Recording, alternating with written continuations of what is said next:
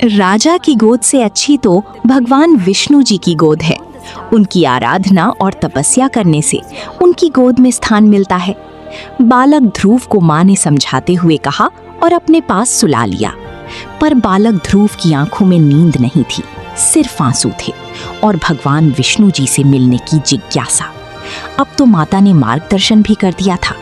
रात में चुपचाप बालक ध्रुव राजमहल से बाहर नगर से होता हुआ जंगल की ओर चला गया। मार्ग में बालक ध्रुव की श्रीमद नारद मुनि से भेंट हुई। बालक ध्रुव की आंखों में आंसू, नंगे पांव। ऐसी दुर्दशा देखकर नारद मुनि जी से रहा न गया। उन्होंने बालक ध्रुव से पूछा, पुत्र, इस भीषण जंगल में अकेले क्यों आए हो? पुत्र ध्रुव ने कहा, हे मुनिवर, मेरे पिताजी राजा उत्तानपाद मुझे अपनी गोद में नहीं बैठाते, इसीलिए मैं जगत के स्वामी भगवान श्री हरि विष्णु जी की गोद में बैठने के लिए उनकी तपस्या करने जा रहा हूँ।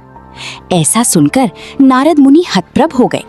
इतना सा बालक और इतना कठिन संकल्प। नारद मुनि ने बालक ध्रुव के संकल्प की परीक्षा ली और बालक ध्रुव को भगवान विष्णु जी के बीज मंत्र ओम नमो भगवते वासुदेवाय नमः की जानकारी दी और कठिन तपस्या कर भगवान श्री हरि विष्णु जी को प्रसन्न करने का मार्ग बताया। बालक ध्रुव ने 5 माह तक निराहार दिन रात विषम परिस्थितियों में भी तपस्या की। उसका शरीर भी कमजोर हो गया। बालक ध्रुव की निष्ठा और भक्ति से प्रसन्न होकर भगवान श्री हरि विष्णु जी ने उसे दर्शन दिए और वर मांगने के लिए कहा।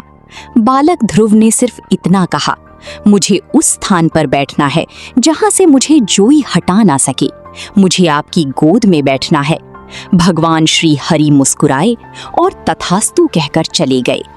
बालक ध्रुव की शक्ति पुनः लौट आई और वह तुरंत अपने राजमहल की ओर चल दिया। राजमहल में बालक ध्रुव के आने पर उत्सव मनाया गया और राजा उत्तानपाद ने बालक ध्रुव का राज्याभिषेक किया और इस तरह बालक ध्रुव एक उत्तम राजा बने। राजा बनकर ध्रुव ने प्रजा की भलाई और परोपकार के कार्य किए। देवताओं की सुदृष्टि उनके राज्य पर बनी रही और राजा ध्रुव ने अपना पूरा जीवन काल प्रजाजनों के हित कार्यों में समर्पित किया। अंत समय में राजा ध्रुव ने वृद्धावस्था में देह त्याग किया और उनकी आत्मा सीधे वैकुंठ गई और भगवान श्री हरि विष्णु जी के आशीर्वाद से ध्रुव तारे के रूप में स्थापित हुई। इस प्रकार बालक ध्रुव की मनोकामना पूर्ण हुई और बालक ध्रुव सदा सदा के लिए सबसे ऊंचे स्थान पर स्थापित हुआ और अमर हो गए। ओम नमो भगवते वासुदेवाय नमः।